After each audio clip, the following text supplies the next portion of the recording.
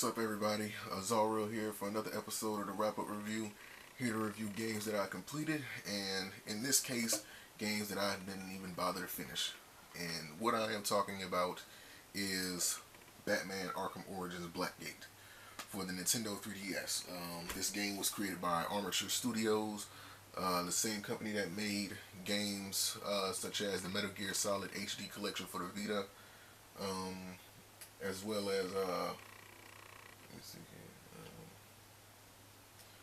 as Injustice Gods Among Us for the Vita as well.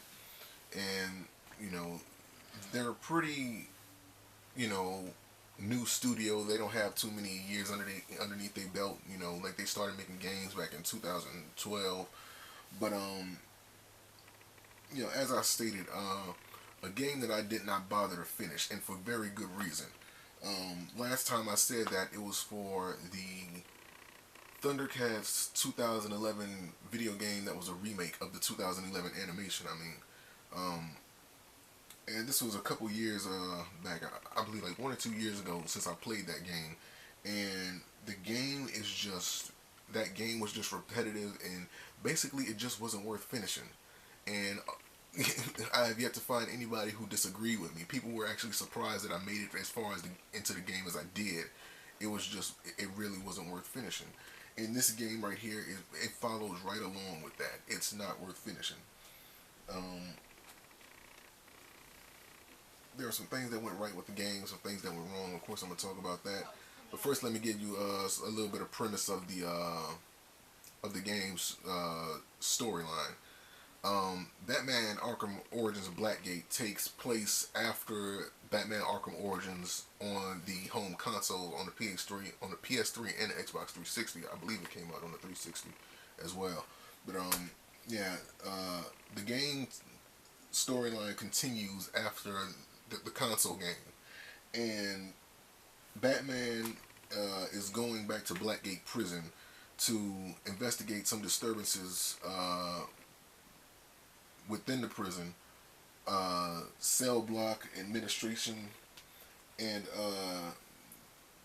the industrial wing, which Penguin, Joker, and Black Mask are controlling respectively. And it's up to him to try to basically just put an end to their nonsense as usual. In the game, the combat is very simple. There is an attack button, a reverse button. Let me show you here. Let me get around. I want you to see this. Yeah, can you see that good? Okay, there's an attack button right there. There's a reverse button that when you get attacked by your opponents, you can press that and they'll just reverse it. It's pretty simple. There's the B button doesn't really do anything. The A button, what it does is like a cape stun. R and L, what L does is that it uses one of the items that you have, various items that you find throughout the game, such as the Bat Claw, the Line Launcher, the Shock Batarang, or the Proximity Gel Launcher, which are the items that get upgraded as you go along. At first you just have access to the Batarang, and then it gets upgraded from these Wayne Tech boxes that you find throughout Blackgate Prison to upgrade your different weapons. And R is for ledges such as that. As you can see, hold on. Ledges like that, you press that and he zips on those legends. And sometimes you have to glide down such as that, and you have to press R in order to get where you need to go. So, and there's various other things such as little trap doors you can go under.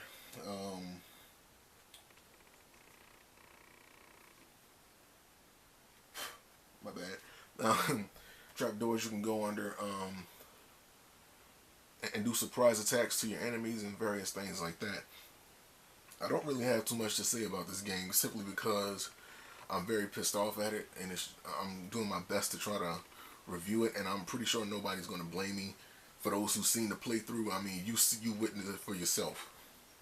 This game is a very big disappointment. It was some things that I felt that were done right within the video game. However, I feel that they did a lot of things wrong.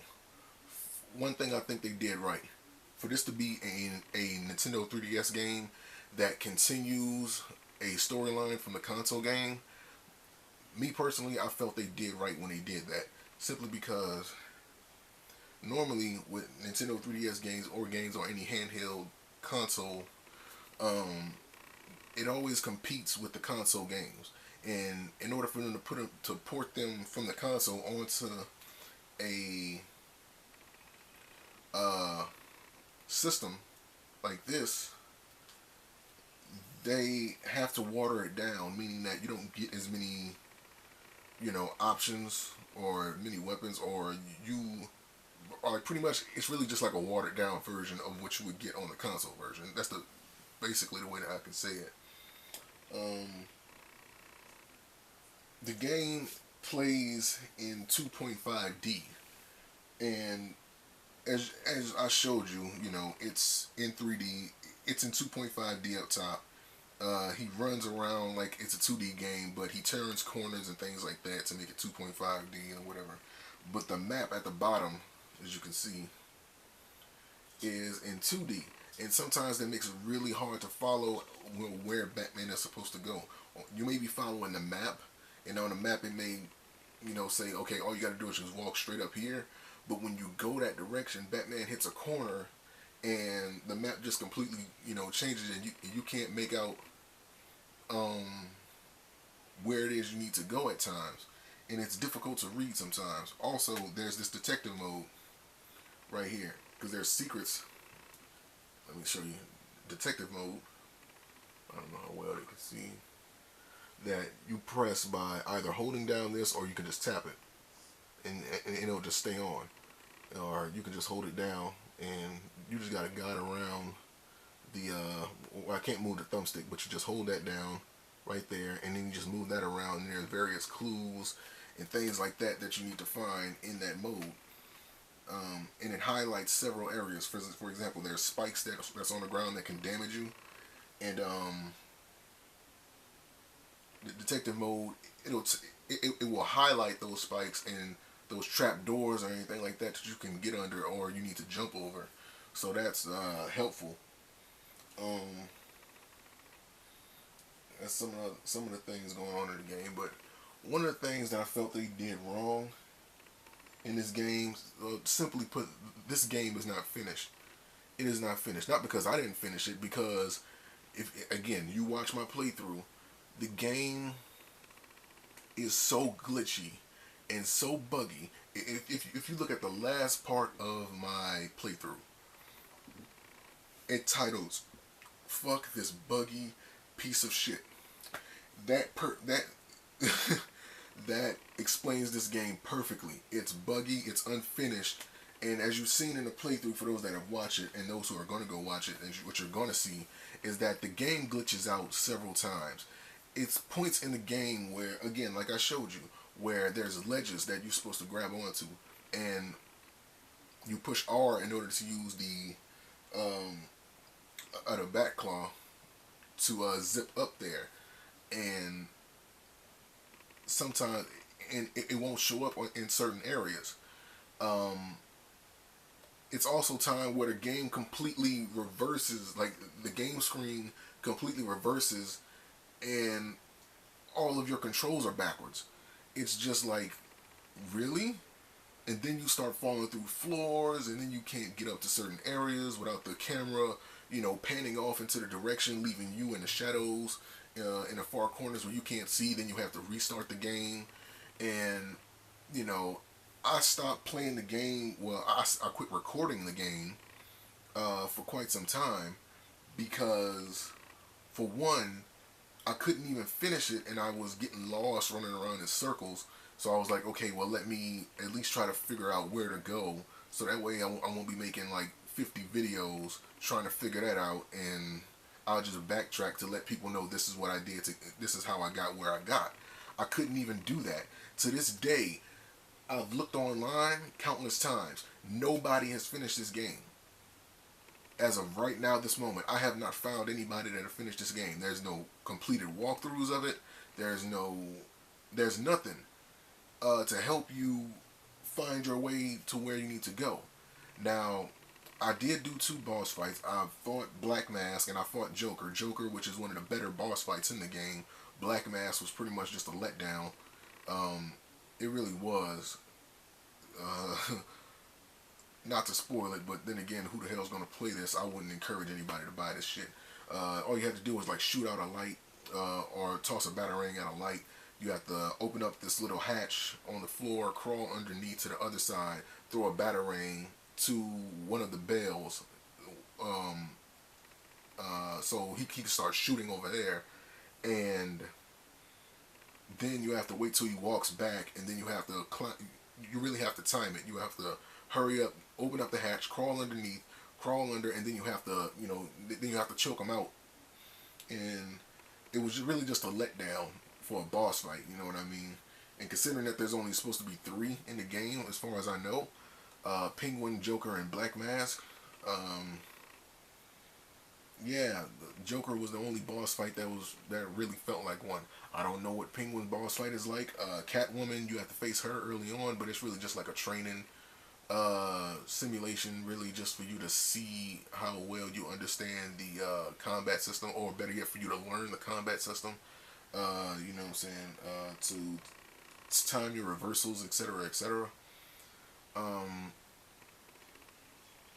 Overall, man, this game is just a letdown. For them to have, often you hear people say this is 2013, and some people may be wondering, well, when you say 2013, why aren't you elaborating on what that means? Basically, it means how long has video games been out? How long have we had the time to correct mistakes like this? The name of the company that made this game was called Armature Studios, and of course, it's just a spin-off of the word amateur, and this game was literally amateurly made. It's laughable that in 2013, after all the technological advances that we had for video games alone, that we still get buggy pieces of crap like this. That literally, I've seen reviews on the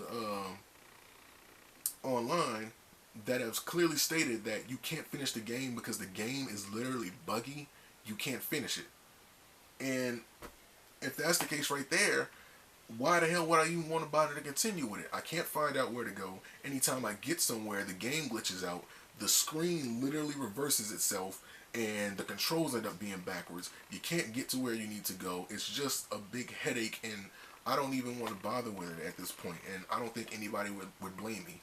Truth be told, I don't think anybody would blame me. It's not worth buying. It's not worth paying for. I paid $40 for this game, and to think that $40 only bought me 10 hours worth of gameplay, I would say that's not. I paid $40 for a complete working product. Other YouTubers have said this as well. I don't know what it is with these video game companies thinking that it's okay to release unfinished games and then trying to charge you, or try to, put up some DLC patch, which I don't think you can do on the Nintendo 3DS. I'm not sure. I never had that issue, or had to worry about that before, and I never experienced having to download any DLC, or things like that before. So I don't know if they could patch this through the 3DS, but to have a game that you paid full retail price for, and for it to be not finished enough to where you can even complete the regular campaign, let alone all the side content that they have. Like, they have Batman's Red Sun outfit, Batman's New 52 outfit, and various other side items and outfits that you can get in the game that you would be able to get in the game, but again, the game glitches out. You can't make it to where you need to make it to. It gets confusing, and it's not even worth finishing at that point. It's just a big letdown. Again, like I said, what they did right with the game is that they continued it from the storyline that's on the console. And I feel if more Nintendo 3DS games did that instead of trying to compete with the console games, then I feel like more 3DS games would be sold. Because I look at it like this: if the storyline for the console game was really good and people want to get deeper into that storyline and they have a Nintendo 3DS, then they're going to want to buy the 3DS game if it's a continuation of that storyline. That way you can dive deeper into it and find out all this extra stuff that happened. You know, I feel like that's a smart business move. But, you know, not to act all business savvy or anything like that, but I think that's a good idea. However, if you have a game that's competing, that's just supposed to be like a watered down version of the console version, obviously it's not going to sell as well, because people are going to buy it for the console. They're not going to buy it for, you know, a handheld system such as the Vita or the 3DS. And it's really just a letdown at this point. It's like, it's not even, it's really just a big headache. Like I said, I got 10, overall I give this game a score of 4 out of 10. Because you do get some gameplay with it. For what you get and the amount of time that I played it, it's fun. And it gets interesting, but it's like it's unfinished and you can't finish it. You know, like I said, I have yet to find anybody online that has finished this game. Maybe some people will show up and that they finished it afterwards. But as of right this moment, I have yet to find anybody online. Like I said, I've seen reviews of people that have said that, you know, the game is so buggy and glitchy and it's poorly made that you can't finish it. Because the game glitches out every time you get to a certain point where you're supposed to be. And to sit there and have to worry about restarting the game over and over just to keep getting the same problems, it's not even worth playing at that point. So, you know, it's really just poorly made, poorly done. The idea was there, you know, continuation from the Batman Arkham Origins console game. That was a good idea, but to make it like this, it's really just a letdown. So it's a 4 out of 10. Some people would probably give this game like a 3 out of 10, and I wouldn't blame you, but you know, I think it's a 4 out of 10 because for the amount of time that I played it, I feel like it at least deserves that. But it's poorly made, you know, and even a 4 out of 10 may be me just being lenient. You know what I mean? It's just, it's really head shaking and mind numbing that they would actually release this as a full game. Gaming companies need to learn. You cannot sell somebody an unfinished product, and then just because you have the internet, you know, the internet out there, and you can just, you know, upload a fucking DLC patch for the game, I should not have to worry about that when I paid full retail price for the full game already. You know, it's just a headache. So that's it for Batman Arkham Origins Blackgate. Again, 4 out of 10 for me. I guess you could say it was fun while it lasted. Again, the Joker boss battle was my favorite part of the entire playthrough. The puzzles and you know, trying to figure out where to go and all of that. You know, it was fun. Like, the fights were okay.